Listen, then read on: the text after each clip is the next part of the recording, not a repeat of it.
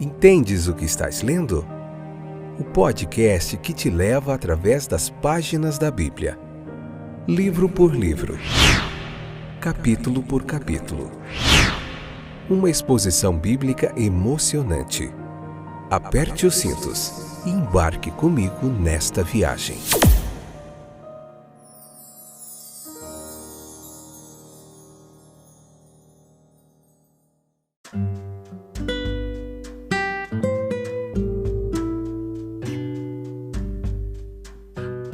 Olá, meus queridos, eu sou Fábio, tudo bem com vocês? Estamos de volta para mais um episódio do podcast Entendes o que estás lendo.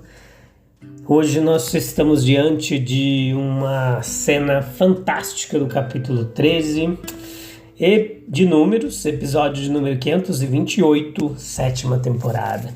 Vamos falar bastante dos espias hoje, 12 espiões ali que foram ver o que havia na terra que Deus já tinha prometido ao povo. Um representante de cada tribo ali. A gente vai ver alguns detalhes muito interessantes. Vamos trazer para o dia de hoje, fazer algumas aplicações práticas, como que a gente pode extrair todo o ensino daqui desse texto, tá bom?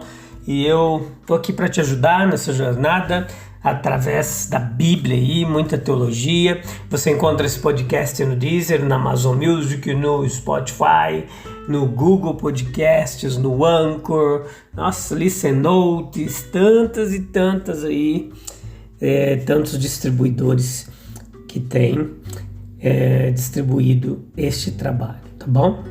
Vamos lá? Aprender mais um pouquinho? Então te convido a ler o capítulo 13, vir para cá, ouvir o episódio. Se você gostou, compartilha o linkzinho aí com seus amigos, com aqueles que gostam de estudar a palavra de Deus, para a gente continuar aumentando essa comunidade diariamente, daqueles que estão interessados em se aprofundar mais no texto bíblico e aprender mais da palavra de Deus, que é alimento para o nosso espírito. Então vamos lá. As tribos, elas finalmente alcançaram ali a fronteira da terra que Deus havia prometido. Eles deixaram o deserto do Sinai, eles viajaram para o norte, eles chegaram até Cades Barneia, um lugar situado lá em Arabá. Depois eles foram ao longo vale que vai do Mar Morto ao Golfo de Acabá. Hoje ali está perto da Jordânia, ali onde a gente está vendo, bem próximo ali de Israel. Veja que agora o Golfo de Acabá ele era como um prolongamento do Vale do Jordão em direção ao sul até o Mar Vermelho. Então de Cádiz o povo pode ver elevando-se diante deles em direção ao noroeste a subida íngreme que leva à região montanhosa, a herança destinada à tribo de Judá. Aqui também tem muita geografia bíblica. Vamos lá. Esses espiões aqui, relatados no texto, eles trouxeram um relatório que deixou a congregação com medo, espantada, assustada, e eles se recusaram a entrar naquela terra. Observe aqui comigo alguns detalhes importantes que você pode anotar aí. Primeiro, onde se originou essa ideia, essa proposta de enviar os espiões? Deuteronômio capítulo 1, 22... nos fala um pouco sobre isso, que 38 anos depois, Moisés ele culpou o povo, ele atribuiu ao povo este desígnio aí, essa escolha. Ele acrescenta, no entanto, que a palavra lhe agradou e que foi aceita sem dificuldade, de modo que a declaração no texto que representa o Senhor orientando os espiões a serem enviados é bastante consistente com a de Deuteronômio. Não havia nada de pecaminoso na proposta do povo. E a proposta recebeu aprovação divina. No entanto, dadas as circunstâncias, era um projeto muito duvidoso. E por quê? Porque trouxe uma desconfiança oculta na promessa e liderança do Senhor. Eles queriam ver por si mesmos antes de se comprometerem ainda mais. Veja que a prudência, ela é, sem dúvida, uma virtude. Antes de começar a construir alguma coisa, como uma torre, nós devemos calcular o custo. Essa é a dica do Evangelho, lá em Lucas capítulo 14, versículo 28. Há momentos em que isso precisa ser pregado com sinceridade. Os homens estão aptos a realizar grandes empreendimentos pelo mundo, avançando cegamente. Mas se for pedido a esses mesmos homens que se aventurem muito por Deus, eles serão suficientemente cautelosos. Eles se sentarão, calcularão o custo, eles farão uma busca diligente na terra antes de tomar posse dela. Os homens, eles farão bem em serem prudentes, contanto apenas que não deixem a promessa de Deus de fora dos seus cálculos. Veja que onde a ordem e a promessa de Deus são claramente dadas, a maior ousadia é a mais verdadeira sabedoria. Quando Paulo recebeu a ordem de passar para Macedônia e plantar a igreja de Cristo na Europa, ele não enviou Timóteo e Lucas para vasculhar a terra e ver se eles poderiam. Silas e ele estavam à altura do trabalho a ser realizado. Se ele tivesse feito isso, ele nunca teria embarcado para a Europa, onde a ordem de Deus é clara. A nossa sabedoria é aventurar-se com ousadia. Sim, aventurar-se em grandes coisas para Deus e esperar grandes coisas de Deus. Como que foi realizado ali a proposta? Foram escolhidos 12 homens, um para cada tribo. Esses homens, subindo a íngreme subida de Cádiz, viajaram pela sedenta região do sul, o Negueb, até Hebrom, e de Hebrom eles subiram pelo riacho Escol até a região montanhosa, a montanha dos amorreus, a longa cordilheira, meio caminho entre o Jordão e o mar. Se estendia desde a região sul até se perder entre as raízes do Líbano. Cada pessoa da viagem contemplava cenas de beleza da natureza variada, que devem ter encantado os olhos, habituados apenas com a monotonia do vale do rio Nilo. E era uma terra que manava leite e mel, e a prova de sua fertilidade eles trouxeram consigo. O grupo de Escol declarou que valia a pena lutar pela terra, um traço que se fixou para sempre no imaginário da igreja. Pois não são essas uvas que eles trouxeram uma figura daquelas antecipações do país melhor que o Senhor concede ao seu povo aqui no deserto? Sem dúvida havia muito a ser dito que era menos promissor. O país era extremamente populoso.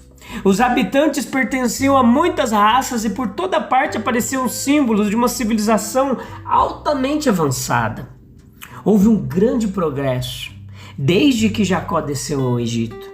Havia muito, portanto, para impressionar os espiões com a sensação de extrema dificuldade na tarefa que estava diante da congregação de Israel. Mas os espiões, eles viram algo que deveria tê-los armado contra o medo. Eles viram Hebrom. Lembra o que havia em Hebrom? Em Hebrom havia a caverna perto do qual continha os ossos de Abraão e Sara, de Isaac e Rebeca, de Jacó e Lia. A caverna onde os progenitores de Israel foram enterrados na esperança segura e inabalável de que a terra ainda seria a herança de sua semente. Eles, estando mortos, ainda falam. E seu testemunho poderia muito bem ter envergonhado a incredulidade deles. Qual foi o efeito do relatório daqueles espiões? Num ponto, os espiões foram unânimes, a terra era boa. E além disso, houve desacordo em alguns outros pontos. A maioria continuou a insistir nas dificuldades que tinham descoberto. Cidades muradas, gigantes, multidões de pessoas. Eles acrescentaram, além disso, que a terra era como se consumisse os habitantes. Uma afirmação que provavelmente se refere à circunstância notável que é de que a Palestina ela tinha sido o local de encontro e campo de batalha de muitas nações, onde uma nação exterminou a outra. Continua até hoje. Nada é novidade o que está acontecendo atualmente. Vem de muito tempo. A lição que a história dos espiões está preparada para nos ensinar é que quando Deus torna claro o caminho do dever, nós devemos tomar cuidado com o modo como permitimos que nossa mente se detenha nas dificuldades que encontraremos. Fazer isso simplesmente enfraquecerá nossas mãos. Os medrosos incrédulos não têm parte na cidade celestial, são excluídos dela. A fé, ela ri das impossibilidades, pois sabe que na força do Senhor pode todas as coisas. Os homens que foram enviados, quem foram? Não nos é dito se foi por escolha de Moisés ou do povo, mas provavelmente houve muita consulta cuidadosa sobre o assunto de acordo com a sabedoria humana. Sem dúvida pareciam os melhores homens para o propósito designado. Escolhidos pela resistência física, rapidez de visão, um bom tato em emergências, bom senso, percepção da terra, das pessoas. No entanto, alguns requisitos que são muito importantes ao desempenhar uma obra para Deus não foram consideradas. É evidente. Porque dos 12, apenas 2 eram homens de fé em Deus e com profundas convicções quanto ao destino de Israel. Muito depende do tipo de homem que enviamos em qualquer empreendimento para Deus. Os cristãos de fé podem ver perspectivas que os outros não conseguem ver, porque possuem recursos que outros não têm. Talvez em toda a nação não houvesse 12 homens com a qualidade correta em todos os aspectos, e mesmo que tivesse sido encontrados, poderiam ter falhado em conquistar a confiança popular. Nós podemos facilmente imaginar que Caleb, Joshua, Josué, eles não se divertiram muito com seus colegas e que não foi fácil chegar a um acordo sobre um relatório. Mas tais como eram, eles seguiram em frente. O povo passou a depender de 12 mentes limitadas como a sua, cada uma com sua própria maneira de ver as coisas, em vez daqueles que já havia feito coisas tão grandes. O imutável, a ampla providência e defesa agora. As informações necessárias, Moisés lhes dá instruções, versículos 17 ao 20. E elas vêm de um homem que está agindo mais de acordo com os desejos do povo do que em estrita harmonia com as revelações anteriores de Deus. Se Deus não tivesse dito a Moisés, ou se as cadeias do Egito tivessem sido soltas, ele traria seu povo para a terra dos cananeus, uma terra que mana leite e mel, uma terra prometida em aliança solene a Abraão, Isaque e Jacó, quando ainda eram estranhos nela. Êxodo 3:17, Êxodo capítulo 6, versículo 3, versículo 4. Foram as pessoas que em sua incredulidade, ansiedade carnal, queriam algo em forma de testemunho humano para ter certeza do que Deus havia prometido. Eles eram como um comprador suspeito, que não satisfeito com a palavra da pessoa de quem faz a compra, embora seja um homem de comprovada integridade, procura todo tipo de testemunho independente, mesmo daqueles que podem ter dúvidas, muitas dúvidas da qualidade das testemunhas. Uma terra que mana leite e mel, não é? Veja então se é uma terra tão boa. Veja se as pessoas apreciam sua fertilidade cultivando-a. Observe o clima, as próprias pessoas, se elas são fortes, robustas, numerosas. Se eles vivem pacificamente entre si ou em fortalezas. Não havia uma frase nessas instruções que não levantasse dúvidas sobre a sabedoria, o poder e a fidelidade de Jeová. Quando Deus envia pessoas para fazerem trabalhos que agradam o seu coração, é com um espírito muito, mas muito diferente. Quando ele enviou o único jovem, desacostumado à guerra contra o gigante, como Jesus quando enviou os 12 em sua missão carregados com o mínimo de recursos materiais possíveis. A terra a ser revistada era aquela onde seus honrados progenitores viveram, mas não há palavras para dizer. Fale-nos de Betel, fale-nos da caverna de Macpela e Hebron. E para coroar tudo, o resultado mostra que eles se deram todo o trabalho e esperaram nesses 40 dias por informações inúteis. O temor de Deus é o começo de toda sabedoria. E para a gente finalizar aqui, meus queridos, depois de 40 dias, eles voltaram, carregando num cajado entre dois deles o cacho de uvas, tão grande. Carregando assim como alguns pensam por causa de seu peso e como outros para que o fruto se mantenha na sua forma e floresça. E de fato, junto com as romãs, os figos, que sem dúvida eram amostras escolhidas, essa fruta era o belo testemunho de Deus. Quanto ao relato verbal, que coisa escassa. Mas quanto à qualidade da terra, eles se contentam em dizer: olha, certamente ela mana leite e mel. Sim, Deus havia dito isso exatamente a Moisés antes. Então, quanto ao povo forte, às cidades muradas e aos gigantes, Deus havia indicado essas muitas coisas como estando no futuro do seu povo, quando ele fez com que os combatentes fossem numerados muito antes disso. Caleb e Josué tiveram que seguir seu próprio caminho, não perdendo mais tempo, tentando sustentar compromissos vãos. E aí ocorrem os conselhos conflitantes, no versículo 30 ou 33 do capítulo 13. O relatório ele foi recebido, tal como está, e surge a próxima pergunta: o que deve ser feito? O que a gente vai fazer agora? Caleb ele acalma o povo diante de Moisés, sugere a excitação, a turbulência dos sentimentos da multidão ali. As chances são de que um grande desprezo por Canaã tenha chegado aos seus ouvidos, sem perder nada ao passar de um para o outro. Observe o apagamento temporário ali. Moisés ficou como que apagado. É Caleb quem aqui assume a liderança. Moisés nada mais é do que o porta-voz de Deus, e Deus não tinha nada para falar agora, naquele momento. Não era o momento certo para Deus falar. Mas Caleb aqui depois se mostra um homem corajoso, pronto. Ele formou sua opinião, imediatamente expressa, imediatamente seguida por opiniões decididas na direção oposta contra ele. Não precisamos aqui considerar tanto quem estava certo, quem estava errado.